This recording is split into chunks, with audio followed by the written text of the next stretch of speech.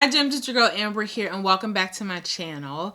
You guys, today I just wanted to do something super colorful and kind of like low-key on the lip. You all know that like when I overdo it on my eyes, like I gotta keep the lip a little low-key.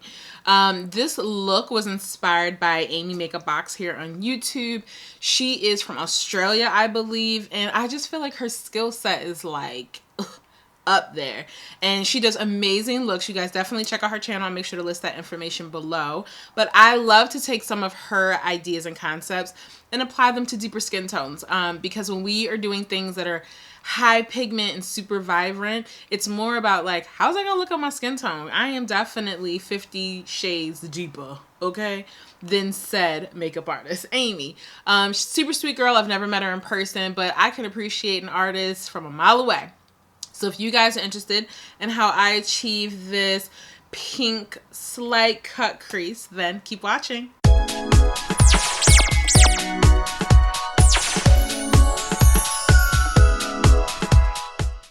Alright, Gems, we're jumping right into this look. I've already prepped my eye, and I'm going with my first transition shade, which is from Juvia's Place Saharan palette. This is in the shade Jamila. Just applying this right into my crease. You guys know I love a beautiful burnt, like reddish brown, especially for having hooded lids. I like to get the most payoff as possible, create a gradient effect across my lid. So I'm just using a blending brush, and even though this is kind of sped up, there's a lot of blending involved. Then I go into my Sugar Pill Pro palette, and I'm using the shade DolliPop, which is a hot pink, like almost in the neon family.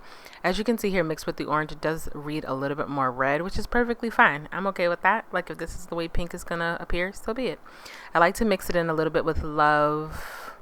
Oh, what is that shade? But it's the Modern Renaissance palette from Anastasia Beverly Hills. I mixed that in there as well because I wanted it to be a little bit more fuchsia rather than like that red. So it definitely helped diffuse that quite a bit, and I'm just applying that right over all those shades, blending them out so that there's no harsh lines. I've been loving using my NARS, this is the matte concealer in Amande, to really cut out my crease, and I'm applying a flat like foundation concealer brush and really cutting out that crease right underneath my hooded crease lid area, and create a really great base for when I apply shadows.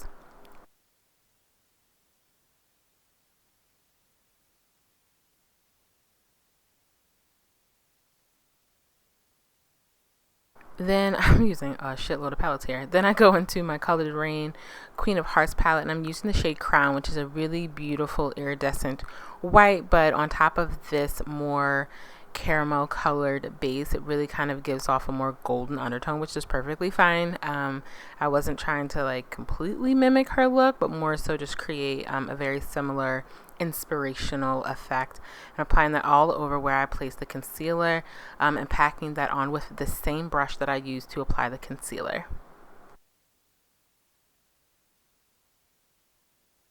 Then I just decided to go back into that DolliPop and really blend out my outer V of my eye so that where I placed the color range shadow didn't look so harsh, and it was a little bit more blended and had more of a seamless gradient effect.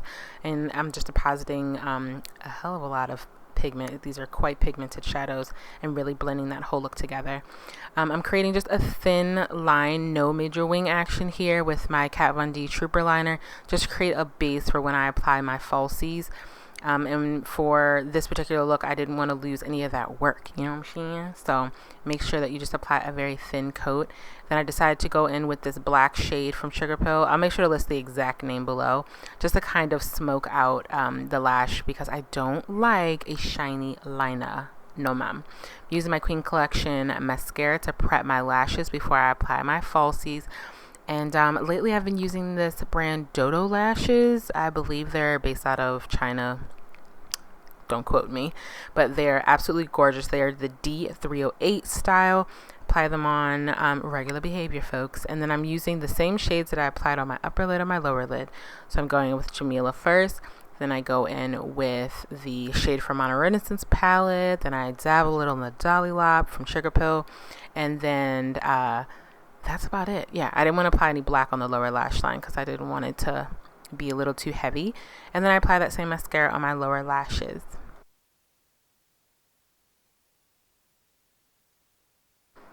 For highlighter, I'm going with my MAC Mineralized Skin Finish. I can't remember if this is Oh Darling or Shows Gold or something like that. Nonetheless, I'll make sure I list it below.